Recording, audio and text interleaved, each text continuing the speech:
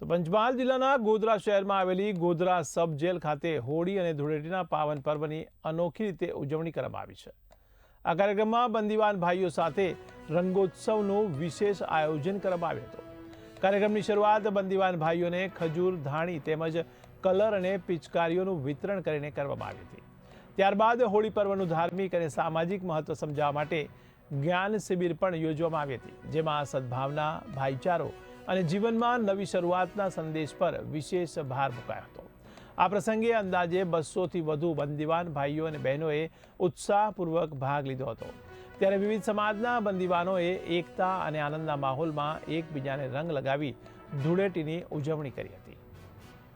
આજરોજ હોળી ધૂળેટીના પર્વ નિમિત્તે ગોધરા સબ જેલની અંદર જેલ મુલાકાતી સમિતિના સભ્ય શ્રી છેલુભાઈ રાઠવા અને તેમની ટીમ દ્વારા અનોખી ઉજવણી કરવામાં આવેલી હતી।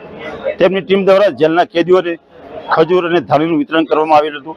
જેલમાં રહેલા બંદીવાનોને પિચકારી આપવામાં આવેલી હતી તથા હોળીનું મહત્વ સમજાવી અને ધ્યાન શિબિરનું આયોજન કરવામાં આવેલું હતું।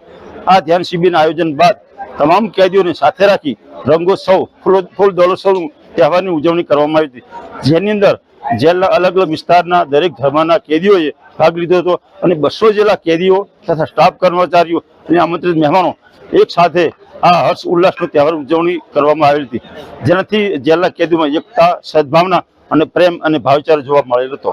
આજે સબ જેલ ગોધરા ખાતે આપણા જેલર શ્રી આરબી મકવાણા સાહેબ એમના દ્વારા આજે આ કેદીઓને જે હોળી પર્વ છે તો માનસિક તણાવ ઓછો થાય અને ઉત્સવ એમને પણ માનવ અધિકાર પ્રમાણે આજે ઉત્સવ મનાવવાનો એમનો અધિકાર છે।